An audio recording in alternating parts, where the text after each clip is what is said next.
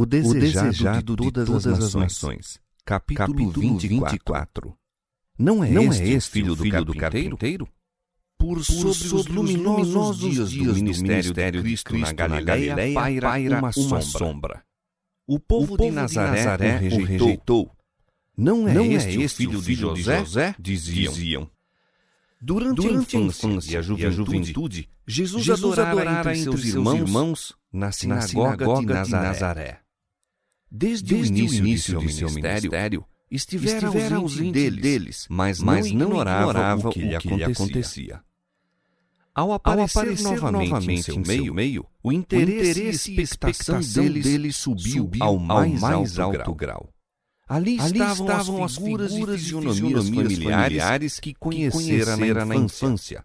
Ali estava sua mãe, seus irmãos, e todos os olhos se voltaram para ele quando entrou na sinagoga no sábado, tomando lugar entre os adoradores.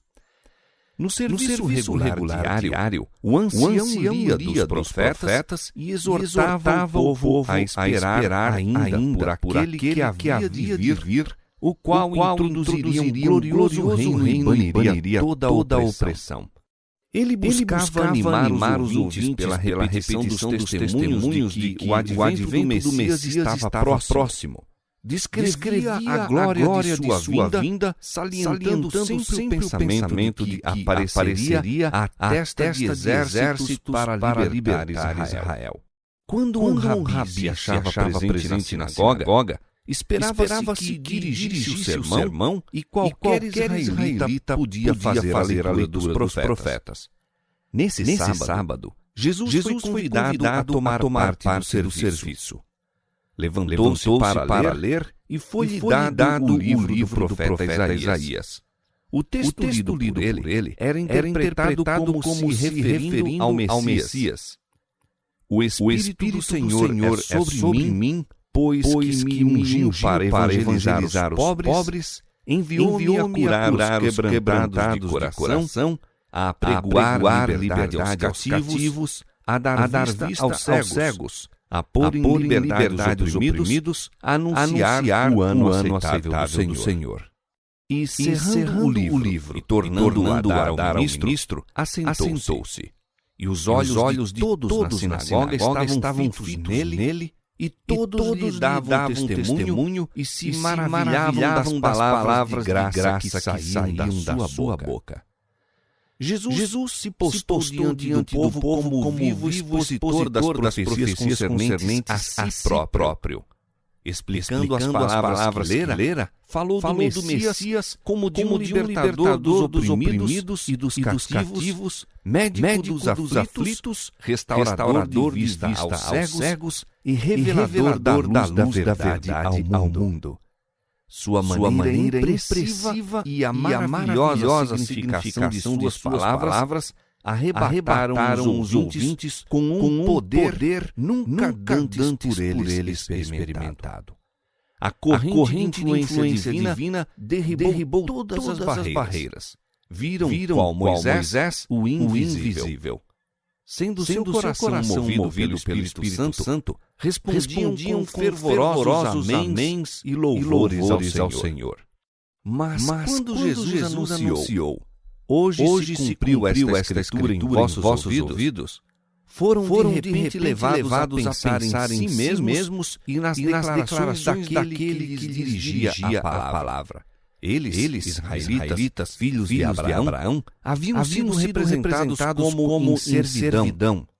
Tinha se dirigido como presos a serem libertados do poder do mal, como em trevas necessitados da luz da verdade. Seu orgulho ficou ofendido, despertaram-se-lhes os temores. As palavras de Jesus indicavam que sua obra por eles havia de ser todo diversa do que desejavam. Seus atos deviam ser intimamente examinados. Não obstante sua exatidão nas cerimônias exteriores, recuaram da inspeção daqueles puros, penetrantes olhos. Quem é esse Jesus? Indagaram. Aquele que reclamara para si a glória do Messias, Era o filho de um carpinteiro e trabalhara no ofício com José, seu pai. Tinham-no visto lá lutando acima e abaixo das colinas, conheciam os irmãos e as irmãs, bem como sua vida e labores. Haviam-lhe acompanhado o desenvolvimento da infância à mocidade e desta à varonilidade. Conquanto sua vida houvesse sido sem mancha, não queriam crer que fosse o prometido. Que contraste entre seu ensino a respeito do novo reino e o que tinham ouvido dos anciãos. Jesus nada dissera quanto a libertá-los dos romanos. Tinham ouvido falar de seus milagres e esperaram que seu poder fosse exercido para proveito deles. Não tinham visto, porém, nenhum indício nesse sentido. Ao abrirem a porta à dúvida, o coração endureceu-se-lhes tanto mais quanto se havia por momentos abrandado. Satanás decidira que os olhos cegos não se abririam naquele dia, nem almas cativas seriam postas em liberdade. Com intensa energia, operou para os confirmar na incredulidade. Não fizeram caso do sinal já dado quando haviam sido comovidos pela convicção de que era seu Redentor que lhes estava dirigindo. Jesus lhes ofereceu então um testemunho de sua divindade, revelando-lhes os íntimos pensamentos. Sem dúvida me direis este provérbio: Médico, cura-te a ti mesmo. Faze também aqui na tua pátria tudo que ouvimos ter sido feito em Cafarnaum. E disse: Em verdade vos digo que nenhum profeta é bem recebido na sua pátria. Em verdade vos digo que muitas viúvas existiam em Israel nos dias de Elias, quando o céu se cerrou por 3 anos e 6 meses, de sorte que em toda a terra houve grande fome. E a nenhuma delas foi enviado Elias, senão a Sarepta de Sidom, a uma mulher viúva. E muitos leprosos havia em Israel no tempo do profeta Eliseu, e nenhum deles foi purificado, senão Naamã o Sírio. Por essa referência à vida dos profetas, Jesus foi ao encontro das dúvidas de seus ouvintes. Aos servos a quem Deus escolhera, não tinha sido permitido trabalhar por um povo de coração duro e incrédulo. Mas os que tinham coração para sentir e fé para crer, foram especialmente favorecidos com os testemunhos de seu poder por meio dos profetas. Nos tempos de Elias, Israel se desviara de Deus. Apegavam-se a seus pecados e rejeitaram as advertências do Espírito por meio dos mensageiros do Senhor. Assim se separaram dos condutos por onde lhes podiam vir as bênçãos divinas. O Senhor passou por alto os lares de Israel, procurando refúgio para seu servo numa terra pagã, junto a uma mulher que não pertencia ao povo escolhido. Essa mulher, porém, foi favorecida por haver seguido a luz que tinha, e o coração abriu-se à maior luz que Deus lhe enviou por intermédio de seu profeta. Foi pela mesma razão que nos dias de Eliseu, os leprosos de Israel foram passados por alto. Mas Naamã, um nobre pagão, fora fiel às suas convicções do que era direito e sentira a sua grande necessidade de auxílio. Achava-se em condições de receber os dons da graça de Deus. Não somente foi curado da lepra, mas abençoado com o conhecimento do verdadeiro Deus. Nossa posição diante de Deus depende não da quantidade de luz que temos recebido, mas do uso que fazemos da que possuímos. Assim, mesmo o pagão que prefere o direito na proporção em que lhe é possível distingui-lo, acha-se em condições mais favoráveis dos que têm grande luz e professam servir a Deus, mas desatendem a essa luz e por sua vida diária contradizem sua profissão de fé. As palavras de Jesus a seus ouvintes na sinagoga foram um golpe na raiz de sua justiça própria, impressionando-os com a atroz verdade de que se haviam separado de Deus e perdido o direito de ser seu povo. Cada palavra cortava como faca ao ser-lhes apresentada a sua verdadeira condição. Zombavam agora da fé que, a princípio, Jesus lhes inspirara. Não admitiram que aquele que surgira da pobreza e da humildade fosse mais que um homem comum. Sua incredulidade gerou a malignidade. Satanás os dominou e, irados, clamaram contra o Salvador. Haviam se desviado daquele cuja missão era curar e restaurar. Manifestaram então os atributos do destruidor. Quando Jesus se referiu às bênçãos dadas aos gentios, o feroz orgulho nacional de seus ouvintes despertou e suas palavras foram sufocadas no tumulto de vozes. Este povo se orgulhava de observar a lei, mas agora que seus preconceitos foram ofendidos, estavam dispostos a cometer homicídio. A Assembleia levantou-se e, lançando mãos de Jesus, expulsaram-no da sinagoga e da cidade. Todos pareciam ansiosos de destruir. Impeliram-no para o alto de um precipício, intentando atirá-lo dali. Gritos e maldições enchiam o espaço. Alguns lhe atiravam pedras quando de súbito desapareceu do meio deles. Os mensageiros celestes que haviam estado a seu lado na sinagoga permaneciam com ele no meio daquela turba enfurecida. Rodearam-no, isolando os inimigos e levaram-no a um lugar seguro. Assim protegeram os anjos a Ló, conduzindo-o a salvo para fora de Sodoma. Assim defenderam a Eliseu na pequena cidade da montanha. Quando os montes que o circundavam estavam cheios de cavalos e carros do rei da Síria e do seu grande exército, Eliseu viu as encostas mais próximas cobertas dos exércitos de Deus, cavalos e carros de fogo em torno do servo do Senhor. Assim, em todas as épocas, os anjos têm estado perto dos fiéis seguidores de Cristo. A grande confederação do mal acha-se aparelhada contra todos os que querem vencer. Mas Cristo quer que olhemos às coisas invisíveis, aos exércitos celestes acompanhados em torno de todos quantos amam a Deus para os livrar.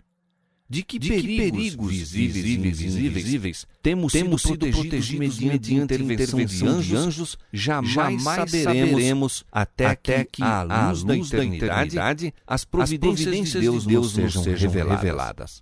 Saberemos então que toda a família celestial estava interessada na família aqui de baixo e que mensageiros do trono de Deus, dia a dia, nos assistiam os passos. Quando Jesus na sinagoga leu a profecia, deteve-se antes da final especificação relativa à obra do Messias.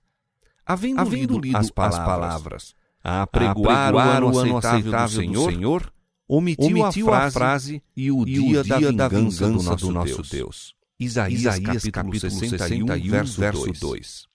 Isto era tão exato como o princípio da profecia e por seu silêncio, Jesus não negou a verdade. Mas essa última expressão era aquela em que seus ouvintes gostavam de pensar e desejavam ver cumprida. Clamavam juízos contra os pagãos, não discernindo que sua própria culpa era ainda maior que a deles. Achavam-se eles próprios em profunda necessidade daquela misericórdia que recusavam aos gentios. Aquele dia na sinagoga em que Jesus se ergueu entre eles era sua oportunidade de aceitar o chamado do céu. Aquele que tem prazer na benignidade, Miqueias capítulo 7, verso 8, de bom grado os teria salvo da ruína que seus pecados estavam a convidar. não sem mais um chamado ao arrependimento, podia ele abandoná-los. Para o fim de seu ministério na Galileia, tornou a visitar a terra de sua meninice. Depois de haver sido aí rejeitado, a fama de suas pregações e milagres encheram a terra. Ninguém podia agora negar que possuía poder sobre-humano. O povo de Nazaré sabia que ele andava fazendo bem e curando a todos os oprimidos de Satanás. Havia em torno deles aldeias inteiras que não se ouvia um gemido de enfermo em casa alguma, pois ele passara entre eles e lhes curara todas as enfermidades. A benignidade revelada em todo o ato de sua vida dava testemunho de sua divina unção.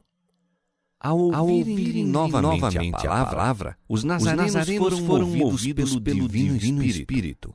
Mas mesmo então, não queriam admitir que esse homem que fora criado entre eles fosse diverso ou maior que eles próprios. Ainda eram inflamados pela amarga recordação de que, ao mesmo tempo que asseverava ser ele próprio prometido, lhes havia, na verdade, recusado um lugar em Israel. Pois lhes mostrara serem menos dignos do favor de Deus do que um homem e uma mulher pagãos. Daí, embora indagassem de onde veio a este a sabedoria e estas maravilhas, não queriam receber como o Cristo de Deus. Devido à incredulidade deles, o Salvador não pôde operar muitos milagres. Apenas uns poucos corações se abriram à sua bênção e relutantemente partiu para nunca mais voltar. A incredulidade, uma vez acariciada, continuou a dominar os homens de Nazaré. Assim, imperou ela no Sinédrio e na nação. Para os sacerdotes e o povo, a primeira rejeição da demonstração do poder do Espírito Santo foi o começo do fim. Para mostrar que sua primeira resistência era justa, continuaram sempre, posteriormente, a contestar as palavras de Cristo. Sua rejeição do Espírito atingiu o auge na cruz do Calvário, na destruição de sua cidade, na dispersão do povo aos quatro ventos. Como Cristo anelava abrir a Israel os preciosos tesouros da verdade. Mas tal era a sua cegueira espiritual que se tornava impossível revelar-lhes as verdades concernentes ao seu reino. Apegavam-se a seu credo e a suas cerimônias inúteis, quando a verdade do céu aguardava ser por eles aceita. Gastavam dinheiro em palha e cascas, quando tinham ao seu alcance o pão da vida. Por que não iam à palavra de Deus e indagavam diligentemente a ver se estavam em erro? As Escrituras do Velho Testamento declaravam positivamente cada detalhe do ministério de Cristo e repetidamente ele citava os profetas e declarava: Hoje se cumpriu esta Escritura em vossos ouvidos. Houvessem eles procurado sinceramente as Escrituras, provando suas teorias pela palavra de Deus, e Jesus não teria precisado chorar por sua impenitência. Não teria necessitado declarar: Eis que a vossa casa se vos deixará deserta. Lucas 13:35. Deveriam estar familiarizados com as provas de sua messianidade e a calamidade que lançou em ruínas sua orgulhosa cidade poderia ter sido desviada. Mas o Espírito judeu se estreitara por seu irrazoável fanatismo. As lições de Cristo revelavam-lhes as deficiências de caráter e requeriam arrependimento. Se eles aceitassem os ensinos, teriam de mudar de hábitos e suas acariciadas esperanças deviam ser abandonadas. Para serem honrados pelo céu, deviam sacrificar a honra dos homens. Se obedecessem às palavras desse novo rabi, tinham de ir de encontro às opiniões dos pensadores e mestres da época. A verdade era impopular nos dias de Cristo. É impopular em nossos dias. tendo sido sempre, desde que Satanás despertou no homem, no princípio, o desagrado por ela, mediante a apresentação de fábulas que induziram a exaltação própria. Não encontramos hoje teorias e doutrinas que não têm fundamento na palavra de Deus? Os homens a ela se apegam tão tenazmente como os judeus às suas tradições.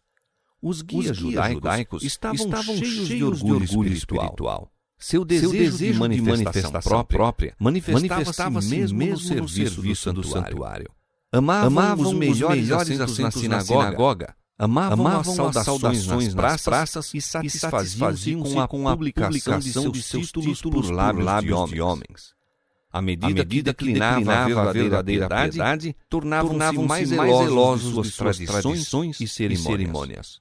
Em vista de terem um entendimento obscurecido pelo conceito egoísta, não podiam harmonizar o poder das convincentes palavras de Cristo com a humildade de sua vida.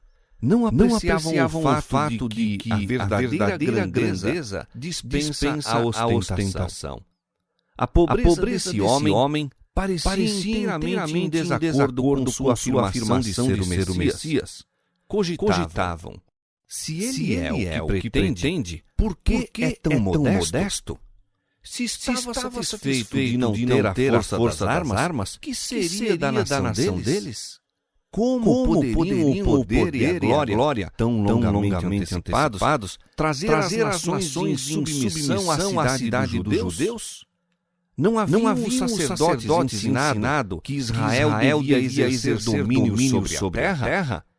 E seria possível que os grandes mestres religiosos laborassem em erro? Mas não foi apenas a ausência de glória exterior na vida de Jesus que levou os judeus a rejeitá-lo. Ele era a personificação da pureza e eles eram impuros. Ele vivia entre os homens como exemplo da imaculada integridade. Sua vida irrepreensível projetava luz sobre o coração deles. Sua sinceridade lhes revelava a insinceridade. Ela manifestava o vazio de sua pretensa piedade e mostrava-lhes a iniquidade em seu odioso caráter. Essa luz era mal recebida. Se Cristo houvesse chamado a atenção para os fariseus e lhes exaltasse o saber e a piedade, tê-lo-iam saudado com alegria. Mas quando lhes falou do reino do céu como uma dispensação de misericórdia a toda a humanidade, estava a apresentar um aspecto da religião que eles não suportavam. Seu próprio exemplo e ensino nunca haviam sido de molde a tornar desejável o serviço de Deus. Ao verem Jesus dando atenção àqueles mesmos que odiavam e repeliam, isso lhes incitava as piores paixões no coração orgulhoso. Não obstante sua vanglória de que, sob o leão da tribo de Judá, Apocalipse capítulo 5, verso 5, Israel seria exaltado à preeminência sobre todas as nações, teriam podido sofrer a decepção de suas ambiciosas esperanças, de preferência a suportar a reprovação de Cristo a seus pecados e a repreensão que sentiam mesmo pela presença de sua pureza.